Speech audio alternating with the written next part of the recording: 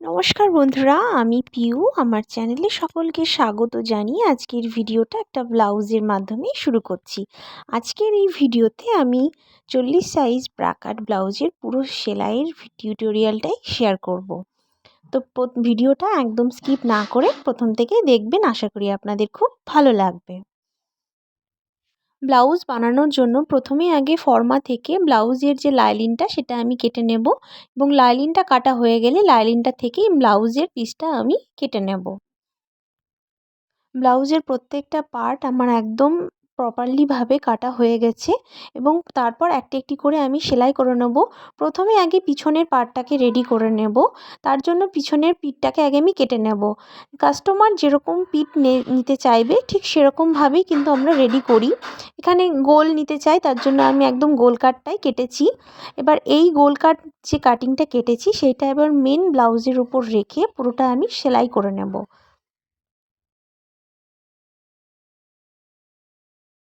পুরোটা সেলাই করে নেওয়ার পর দুই দিকে পুরো টেকিংটাও দিয়ে দিয়েছি। টেকিংটা দিয়ে নেওয়ার পর এবার কোমরের পটিটা আমি বসিয়ে নেব। কোমরের পটিটা বসানোর জন্য প্রথমেই আগে এরকমভাবে স্ট্রেট একটা সেলাই দিয়ে নিতে হবে, এবং সেলাইটা দিয়ে নেওয়ার পর তারপর একটা চাপ সেলাই দিয়ে নিতে হবে ঠিক লাইলিনের ওপর দিয়ে। লাইলিনের ওপর দিয়ে চাপ সেলাইটা দেওয়া হয়ে গেলে উল্টিয়ে ভাঁজ দিয়ে একটা সেলাই দিয়ে নিতে হবে। এবার সেলাইটা যখন আপনারা দেবেন এই যে ভাঁজ দিয়ে, তখন আপনারা মিডিল দিয়েও দিতে পারেন। যদি মিডিল দিয়ে দেন তাহলে পরবর্তীতে আপনাকে হেম সেলাই করে নিতে হবে, আর যদি ভাবেন একদম সাইড বরাবরই দেবেন তাহলে সেক্ষেত্রে আর কোনো হেম সেলাইয়ের প্রয়োজন নেই।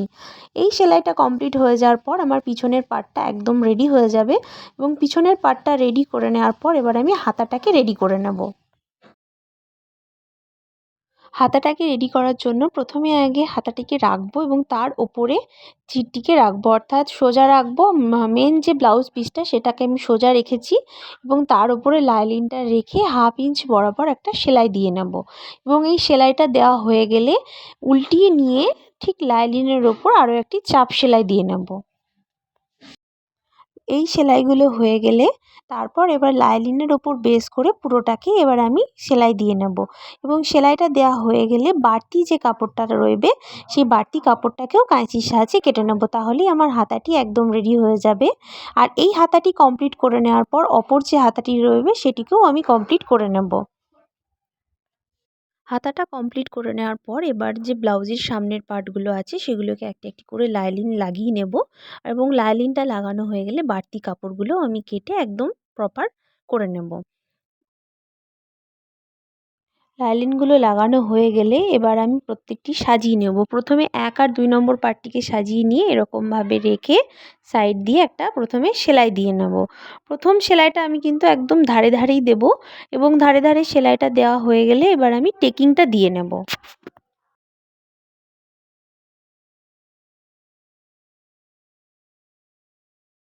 টেকিংটা আমি 1 থেকে 2 সুত কম এরকম একটা মাপ নিয়ে প্রথমে দাগ দিয়ে দেবো, এবং সেই দাগ বরাবর একটা টেকিং আমি দিয়ে নেব। প্রথমে একটা টেকিংটা দেওয়ার সময় প্রথমে একটা সেলাই দেব, তারপরে আরও একটা ডবল সেলাই দিয়ে নেব, এবং তারপর এখানে 1/2 ইঞ্চ বরাবর একটা সেলাই দিয়ে নেব। এই সেলাইটা দিয়ে কমপ্লিট করে নেওয়ার পর এবার আমি দেখে নেব খাপটা একদম ঠিকঠাক আছে কিনা, এবং আরও একটি খাপ যেটা সেটিকেও আমি রেডি করে নেব। এই খাপ দুটো রেডি করে নেওয়ার পর এবার আমি 3 নম্বর পার্টের সঙ্গে অ্যাটাচ করব। প্রথমে আগে 3 নম্বর পার্টটিকে রাখবো, এবং তার ওপর দিয়ে এরকমভাবে হালকা হালকা করে সেলাই করে যাব। সেলাই করার সময় কিন্তু টানাটানি করব না। এই সেলাইটা কমপ্লিট করে নেওয়ার পর এবার আমি বেল্টের পার্টটিকে অ্যাটাচ করে নেব, এবং বেল্টের পার্টটি অ্যাটাচ করার পর উল্টিয়ে নিয়ে তারপর আমি একটা দুটো চাপ সেলাই দেব, এবং এই চাপ সেলাইটা দেওয়ার সময় কিন্তু খুব সুন্দরভাবে দেওয়ার চেষ্টা করবেন, কারণ এই চাপ সেলাইটাই কিন্তু ব্লাউজের সৌন্দর্যটাকে আরও দ্বিগুণ করে তোলে। সেই কারণে চাপ সেলাইটা সবসময় একটু ভালো করে দেওয়ার চেষ্টা করবেন।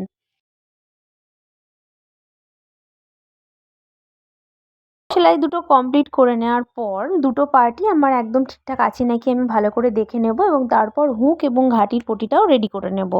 হুক এবং ঘাটির পটিটা রেডি করে নেওয়ার পর লাস্ট আরও একবার দেখে নিতে হবে যে পরপর 3টে পার্ট একদম সমান আছে কি না। এইগুলো রেডি করে নেওয়ার পর এবার আমি সামনের পার্ট আর পিছনের পার্টের কাঁধ দুটোকে আমি জয়েন করে নেব।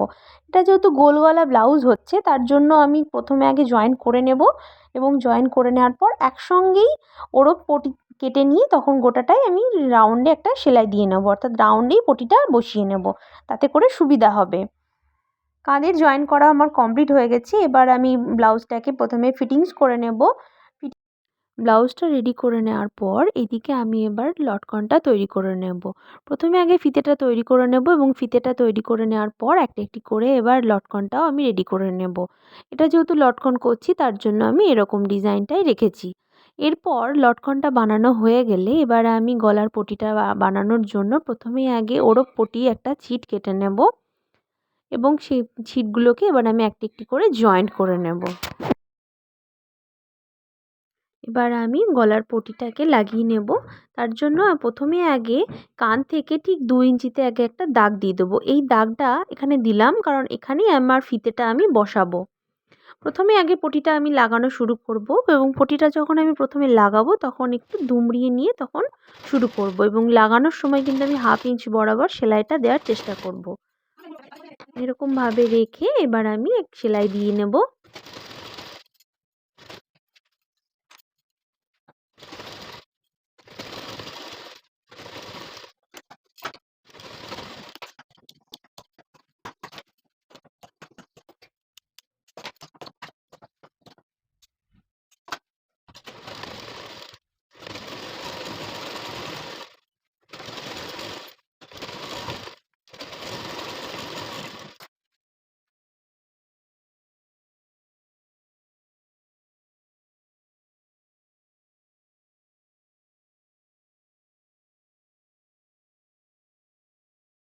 ব্লাউজের গলার পটিটা আমার লাগানো কমপ্লিট হয়ে গেছে এবং গলার পটিটা লাগানো কমপ্লিট হয়ে যাওয়ার পর এবার আমি হাতাটি লাগিয়ে নেব।